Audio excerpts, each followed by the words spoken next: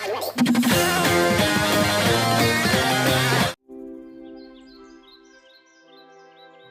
जमाने का जिक्र है। जंगल में एक छोटे से घर में मदर गोट और उनके प्यारे लिटिल गोट्स मौज मस्ती से रहा करते थे।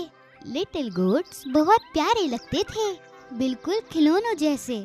सभी माओं की तरह मदर गोट अपने बच्चों से बहुत प्यार करती थी। वो सभी जंगली जानवरों से अपने बच्चों को दूर रखती थी।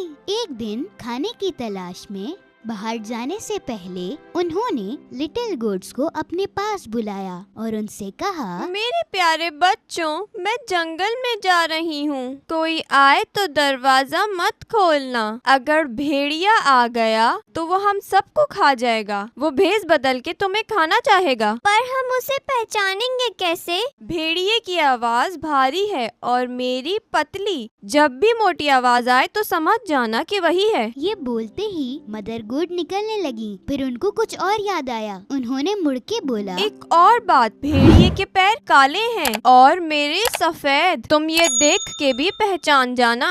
आप परेशान मत हो माँ, हम संभाल लेंगे।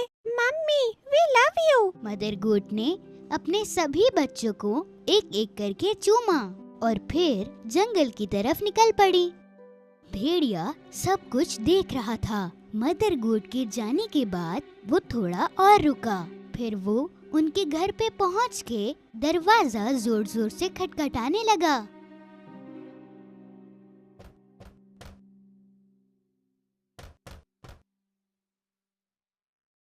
कौन है? मेरे प्यारे बच्चों, दरवाजा खोलो। देखो, तुम्हारे लिए मम्मी खाना लेके आई है। पर लिटिल गोट्स ने उस भेड़िए की आवाज फौरन से पहचान ली और उन्होंने चिल्लाकर बोला, तुम हमारी मम्मी नहीं हो। उनकी आवाज बहुत प्यारी और मीठी है। तुम हमें बेवकूफ नहीं बना सकते भेड़िए। भेड़िए को बड़ा गुस्सा आया क्योंकि वो लिटिल गोट्स को खा नहीं पाया, तो उसने एक चौक का पीस खा लिया। अब उसकी आवाज थोड़ी मीठी हो गई थी। वो वापस उनके घर गया और दरवाजे को खटखटाने लगा।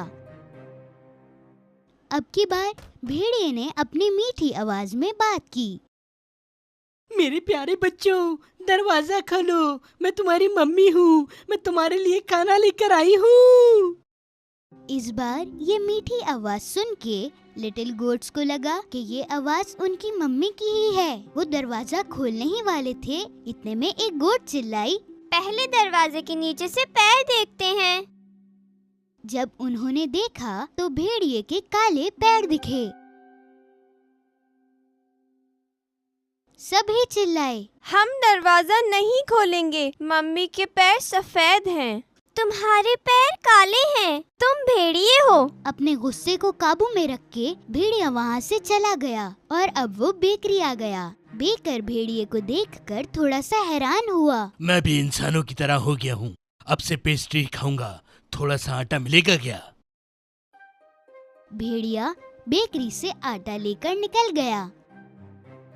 घर के पास उसने आटा अपने पैरों पर लगा दिया और उसके पैर सफेद हो गए। अब तीसरी बार चालाक भेड़िए ने दरवाजे पर नॉक किया। मेरे प्यारे बच्चों, दरवाजा खोलो। मैं तुम्हारी मम्मी हूँ। मैं तुम्हारे लिए खाना लेकर आई हूँ। पहले पैर दिखाओ ताकि हमें पता चले कि तुम कौन हो। भेड़िए ने उन्हें आटे से सने हुए अपने पैर दिखाए। जब लिटिल गोट्स ने सफेद पैर देखे, उन्होंने ये समझा कि ये उनकी मम्मी ही हैं और दरवाजा खोल दिया। फिर क्या, उनके सामने था खूंखार भेड़िया। लिटिल गोट्स घबराए, डरे और चिल्लाने लगे,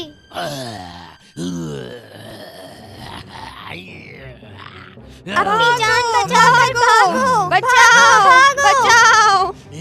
एक बच्चा टेबल के नीचे छुपा, दूसरा बिस्तर में और तीसरा चिमनी के अंदर गया। चौथा किचन में जा छुपा, पांचवा अलमारी में जा बैठा और छठा पर्दे के पीछे और सातवां घड़ी के अंदर। पर भेड़िया चालाक था और सबको एक एक करके पकड़ लिया। रुको, इधर आओ, तुम लोगों को छोड़ूंगा नहीं मैं। रुको। सिर्फ घड़ी में छुपने वाले को वो पकड़ नहीं पाया। उसका पेट भर चुका था, इसलिए वो कुछ सोचे बगैर वहाँ से निकल गया। वहाँ एक बहुत बड़ा मैदान था जहाँ भेड़िया आराम से एक पेड़ के नीचे सो गया।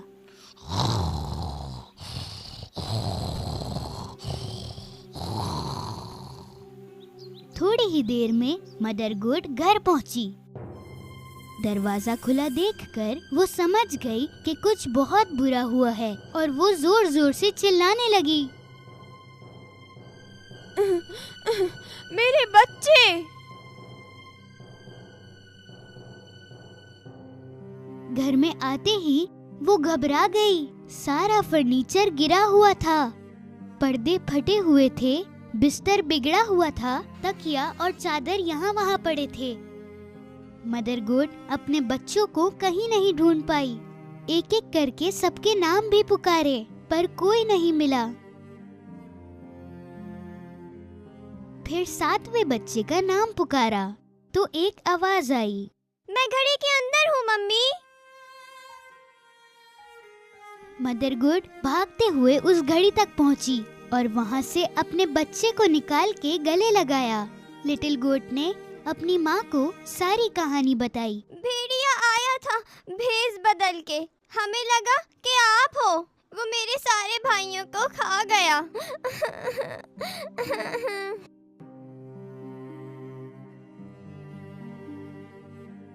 मदर गोट को बहुत बुरा लगा। वो बहुत रोई। अपने बच्चे को लेकर अपने सिर्फ एक बच्चे के साथ वो घर से बाहर निकली। तभी उनको भेड़िया सोया हुआ दिखा। वो इतने जोर से खर्राटे ले रहा था कि पेड़ के पत्ते भी हिल रहे थे। मदर गोट ने थोड़ी देर भेड़िए को देखा। उसने देखा कि उसके पेट के अंदर कुछ हिल रहा था। या अल्लाह, लगता है कि मेरे बच्चे उसके पेट के अंदर जिंदा हैं। उसने एक तरकीब सोची। घर से मेरे लिए एक सुई धागा और कैंची लेके आओ। लिटिल गोट घर जाने लगा तो मदर गोट ने 6 बड़े पत्थर इकट्ठे किए।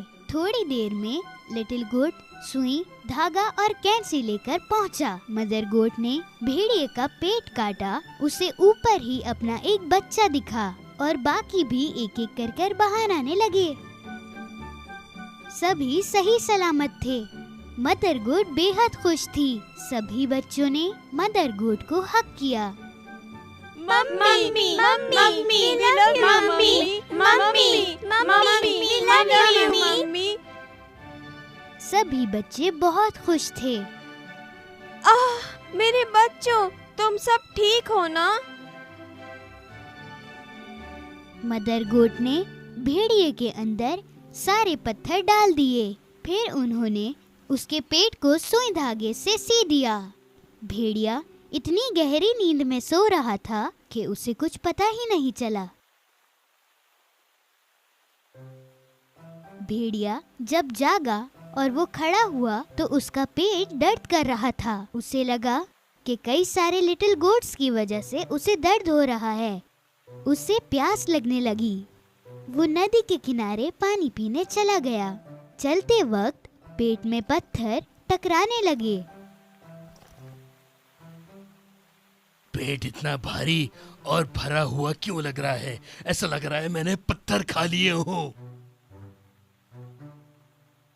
वो पानी पीने के लिए झुका। पत्थरों के वजन की वजह से वो पानी में गिर गया। बचाओ, बचाओ, मैं डूब रहा हूँ, कोई बचाओ, अरे बचाओ, अरे बचाओ मुझे। वो बहुत चिल्लाया पर कोई नहीं आया। पत्थरों के वजन की वजह से वो पानी में डूब गया। मदर गोट और लिटिल गोट्स ने जब ये देखा तो वो पानी की तरफ भागते हुए आए। भेड़िया डूब गया, भेड़िया डूब गया, भेड़िया डूब गया। सभी मिलके कूदने लगे। उस दिन से मदर गोट्स और सातों लिटिल गोट्स की जिंदगी बहुत आराम और सुकून से गुजरी।